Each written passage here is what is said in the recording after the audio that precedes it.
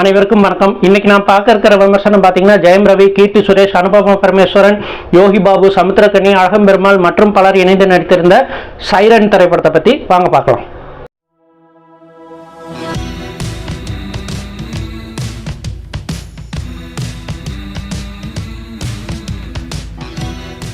இந்த படத்தை ஆண்டனி பாக்யராஜுங்கிறவர் டைரக்ட் பண்ணியிருக்காரு. ரூபன் இந்த படத்துக்கு எடிட்டிங் பண்ணியிருக்காரு. எஸ்கே செல்வகுமார் இதுக்கு சினிமோட்டோகிராஃபி பண்ணியிருக்காரு. பாடல்களுக்கு மட்டும் ஜிவி பிரகாஷ்குமார் இசையமைச்சிருக்காரு. பின்னணி இசை சாம்சிஎஸ். இந்த படத்தோட முக்கிய அம்சம்ன்றது பார்த்தீங்கன்னா இவ்வளவு படங்கள் நடிச்சிருக்கிற ஜெயம் ரவி முதல் முறையாக இதில் வயசான தோற்றத்தில் நடிச்சிருக்காரு. அதாவது ஒரு 17-18 வயசு பொண்ணுக்கு அப்பாவா நடிச்சிருக்காரு. அவர் கூட கீர்த்தி சுரேஷ் ஒரு போலீஸ் இன்ஸ்பெக்டர் கேரக்டர்ல நடிச்சிருக்காங்க.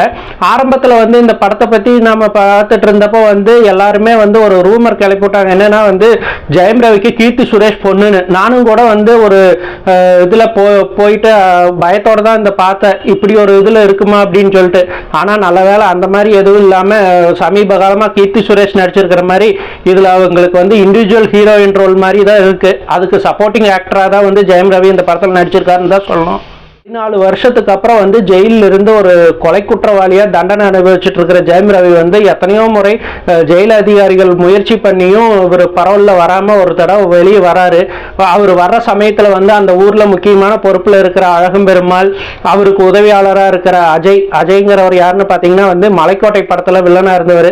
அவங்க எல்லாருமே கொலை செய்யப்படுறாங்க. அதுக்கெல்லாம் என்ன காரணம், யார் அவங்கள கொன்னாங்க, அவங்களுக்கும் ஜெயம் ரவிக்கும் என்ன சம்பந்தம் அப்படிங்கிறதா இந்த படத்தோட மொத்த கதை. இந்த படத்தோட ஹீரோயின்களான கீர்த்தி சுரேஷ் அண்ட் அனுபமா பரமேஸ்வரன் 2 பேருமே ரொம்ப ஒல்லியா தெரியுறாங்க. அதனாலேயே அவங்க வயதுக்கு மீறின முதிர்ச்சி அவங்களோட உருவத்தில் தெரியுது.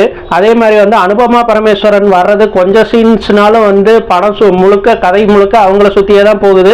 அந்த அளவுக்கு இம்பார்ட்டன்ட் ரோல். இன்ஃபேக்ட் இந்த படத்தில் அவங்க ஒரு டெஃபண்டமாக நடிச்சிருக்காங்க. நர்ஸ் கேரக்டர் எடுத்து நடிச்சிருக்காங்க.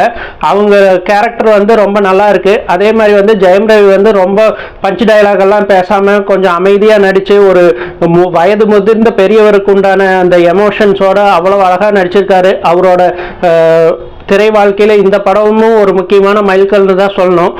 வழக்கம் போல சமுத்திரக்கனி அவருக்கு உண்டான ரோலில் அவரோட பர்ஃபார்மன்ஸ் நல்லாவே பண்ணியிருக்காரு.